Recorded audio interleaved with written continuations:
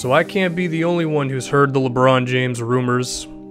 There are people with connections to the NBA who believe that James could be leaving the Cleveland Cavaliers after this season is over and his contract is up, and he has a player option.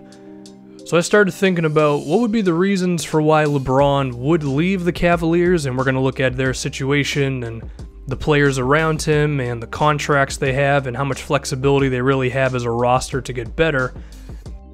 But then I also looked at why would he stay, you know, given the other teams in the Eastern Conference and just whatever. I haven't come to a conclusion one way or another. Of course, I have no actual connections to anyone in the NBA, so all I can do is speculate, and that's all a lot of us can do. But the first reason why I would think LeBron could actually have a reason to leave the Cavaliers is because he already held up his end of the bargain. The one thing he said was he was going to deliver a championship to Cleveland, and that already happened. So he would perhaps feel vindicated in his return to the Cavaliers, given that he gave them a championship. He accomplished his mission, quote unquote, if you will. But now we have to look at his teammates. Kyrie Irving is the type of number 2 guy that a lot of people would love to have because he's a shoo-in for 20 to 25 points pretty much every single night. He's one of the most complete offensive players in the NBA. He can shoot from everywhere on the floor, 3-point, mid-range, very crafty, around, I don't know, about 10 feet or so away from the basket. Very good finisher, one of the best guys at that one. And he's someone who can really back LeBron up as a number 2 scorer. Then we look at Kevin Love. I mean, from an offensive standpoint, to have him as a number 3 guy, that's pretty good as well, because he's developed his 3-point shot to where he can always provide spacing for the Cavaliers, and they've gotten him the ball more on the low post this season, and that's good. But Kevin Love has also been in a lot of trade rumors because of his inability to play defense. They tried to move him this previous season, or a few weeks ago, really, and it didn't work out. And when we're talking about Kevin Love's defense, that's kind of the problem with this Cavaliers team. They were not a good defensive team this previous season, pretty much down the board. I mean, at the power forward position, having a guy who's not good on that side of the floor is just like, that can kill you in today's NBA against some of the top talent. Kyrie Irving is very similar. I would say he's one of the lesser defensive point guards in the NBA. And sure, that can get you pretty far in the NBA nonetheless, but when you don't have that complete defensive team, that really puts a cap on how good you can be against the top tier teams in the NBA. Like, when I look at the Cavs defense, I would say there are probably 2 guys who I would actually be confident with, and that's LeBron James. And even then, that's not LeBron every single night. It's just, you know, in big games and things like that. And the other one's Tristan Thompson. I mean, like, I'm not going to trust J.R. Smith to play any sort of defense for me. And that's a problem against, like, the Golden State Warriors. The Warriors are not going away. LeBron wants to be known as the best player of all time. To do that, at this point, he's just going to have to win championships. Golden State's constantly going to be in the way.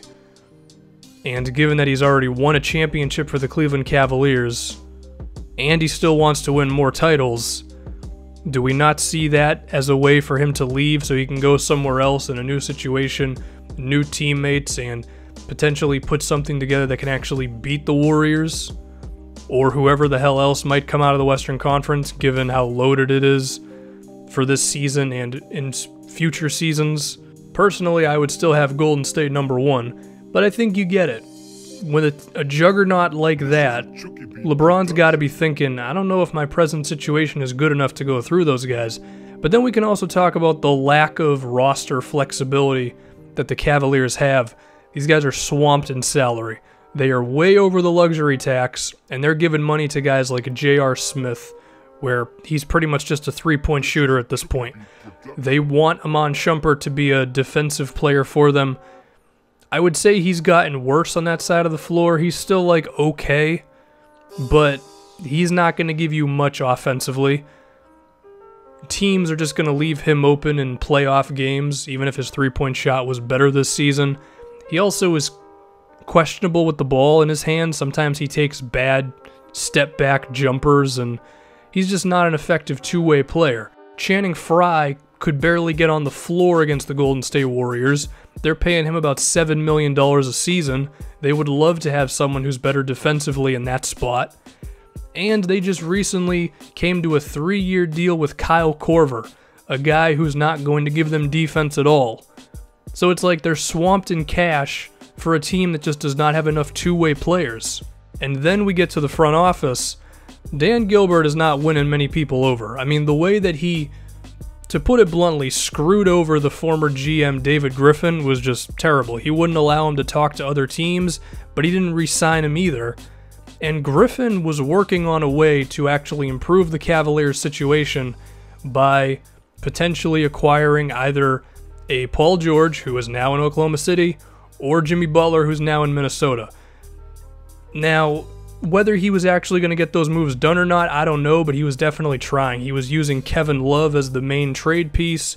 He was getting third teams involved. There was a rumor with the Denver Nuggets and like the Indiana Pacers for Paul George.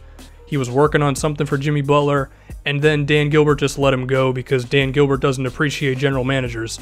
And LeBron, of course, knows about this. We saw LeBron's tweet where he was very much in support of David Griffin. So, like, they don't have the general manager who could have made the big improvement for them, on top of the bad salaries for their team not being good enough to go up against the Golden State Warriors. I mean, I would not be shocked if LeBron actually decided to go. Like, once again, if dude wants to be known as the best player of all time and he's got to win championships to do it, he's probably going to need a better situation because this Cavaliers team has very few options when it comes to actually improving this team. That's a pretty nasty dunk on Al Horford, by the way. Bad salaries, an owner who doesn't appreciate a general manager, especially a good general manager who actually could have figured this thing out and gotten you a difference maker of a player, potentially. I'm just saying, man, LeBron could still stay because the Eastern Conference is crap and it's basically a free way to the finals. But who really knows?